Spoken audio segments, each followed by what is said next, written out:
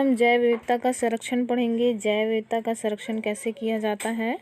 Conservation of biodiversity क्या होता है, जीवों का कंजर्व कैसे करके रख सकते हैं, पौधों का, जंतुओं का जो लगातार विलुप्त हो रहे हैं उनका कंजर्वेशन कैसे किया जाता है, इसके अंतर्गत यहाँ पे जैव विविधता का संरक्षण के थ्रू बताया जाएगा। तो हम लोग यहाँ पे देखते हैं कि संरक्षण की जो प्रक्रिया होती है वो कुल योग होता है, जितने भी जीव जंतु हैं, जैसे पौधे हैं, जंतु है और जो जीवित लगातार उनको जीवित बनाया जा रहा है, कैसे बनाया जाएगा। तो उसके लिए क्या किया जाता है, किसी भी जो जंतु जो है वो अगर बोल सकते हैं संकटग्रस्त है या विलुप्त होने के कगार में है, तो उसको क्या किया जाता है, जो जूलॉजिकल पार्क वगैरह होता है वहाँ पे संरक्षण करके रखा जाता है। और जैसे ही संरक्षण करके रखा जाता है तो आर्टिफिशियल तरीके से रिप्रोडक्शन करवाया जाता है। जब उसकी संख्या बढ़ जाती है तब उसको क्या किया जाता है, फिर से जंगलों में छोड़ दिए जाते हैं। तो इस तरह से इसको तैयार किया जाता है। एक छोटा सा एग्जाम्पल है। उसी तरह से देखते हैं उनकी जो उचित वृद्धि विकास है, प्रजनन को सुनिश्चित किया जाता है। जैसे मैंने बताया रिप्रोडक्शन, तो वृद्धि और विकास को सुनिश्चित करते हैं इसमें। और बता सकते हैं कि जैवमंडल के जो उचित उपयोग के प्रबंधन को भी संरक्षण कहा जाता है।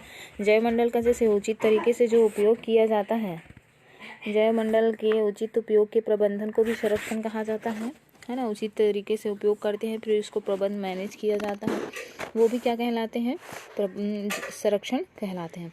जिसके इसमें और बता सकते हैं, जिससे कि वर्तमान पीढ़ी को अधिक से अधिक लाभ हो तथा आने वाली पीढ़ियों की आवश्यकता तथा आशाओं का पूरा करने की क्षमता होती है। इसमें क्या होता है कि जैसे जो भी भावी पीढ़ी होगा, जो आने वाली पीढ़ी होगा, उसको अधिक से अधिक लाभ हो सकता है और उनकी जो आवश्यकताएं हैं, आशाएं हैं, उनको पूरा किया जा सकता है। साथ में जो जैव मंडल की विविधता तथा उसकी शक्ति को भी भविष्य के लिए सुरक्षित किया जाता है। और बता सकते हैं इसमें सतत विकास या सस्टेनेबल डेवलपमेंट की संज्ञा दी जाती है। आगे हम देखते हैं इसका लक्ष्य क्या है। संरक्षण का लक्ष्य है ऑब्जेक्टिव ऑफ कंजर्वेशन। ठीक है, तो पहला जो पॉइंट है यहाँ पे, पारिस्थितिक तंत्र के विभिन्न घटकों के प्रकृति स्वरूप को बनाए रखने का प्रयास। इसमें क्या किया जाता है, जो पारिस्थितिक तंत्र के बहुत सारे घटक होते हैं, जैविक घटक होते हैं और अजैविक घटक होते हैं, उनकी जो प्रकृति होती है और स्वरूप होते हैं उनको बनाए रखने का प्रयास किया जाता है।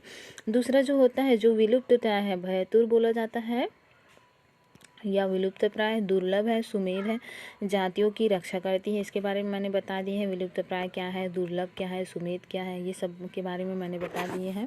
तो उनकी भी रक्षा की जाती है। हमारा थर्ड पॉइंट है यहाँ पे सभी जातियों के पूर्ण जीन पूल अर्थात विविधता का संरक्षण किया जाता है। इसमें क्या किया जाएगा, जो जीन पाए जाते हैं, DNA वगैरह पाए जाते हैं और उनकी जो या तो उनके विविधता होती है, उसमें भी क्या किया जाता है, संरक्षण करके रखा जाता है। नेक्स्ट हम देखते हैं, इसमें फोर्थ पॉइंट है यहाँ पे, जीवधारियों का मानव समुदाय के हित के लिए संतुलित रूप में उपयोग किया जाता है। जैसे जीवधारी जो है मानव समुदाय के जो हित होता है, मतलब यूजफुल होता है या लाभदायक भी बोल सकते हैं, तो उसके लिए संतुलित रूप से उपयोग किया जाता है। जैवमंडल के प्राकृतिक संतुलन को बनाए रखने के लिए भी क्या किया जाता है, संरक्षण करना बहुत ज़्यादा जरूरी है। अब संरक्षण की प्रक्रिया देख लेते हैं। तो संरक्षण की प्रक्रिया जो है वो क्या चीज़ है, 2 पार्ट में डिवाइड किया गया है।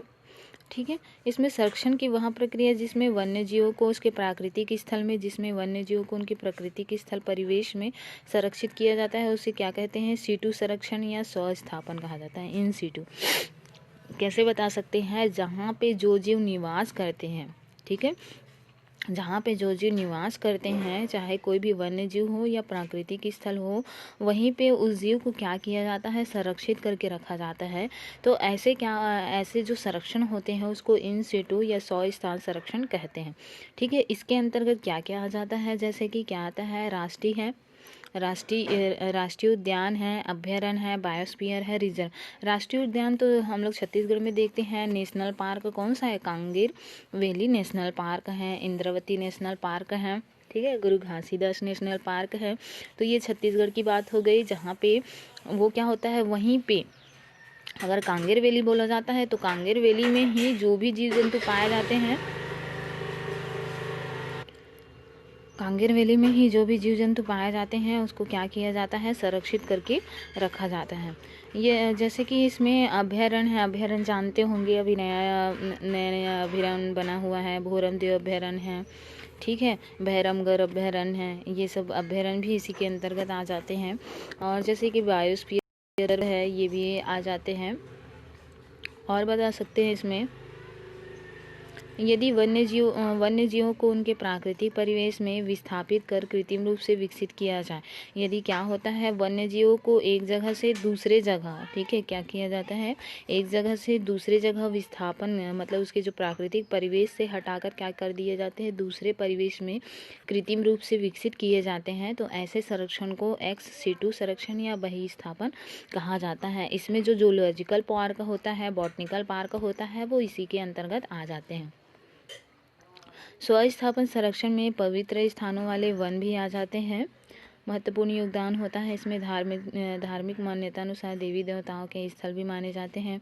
पौधे हैं और जंतुओं को हानि नहीं पहुंचाया जाता है और आवधिक प्रवेश होता है। सक्रियात्मक प्रतिबंधन होते हैं। पवित्र स्थल भी आते हैं और जिनके आगे पृष्ठ में मानचित्र भी प्रदर्शित किया जाता है।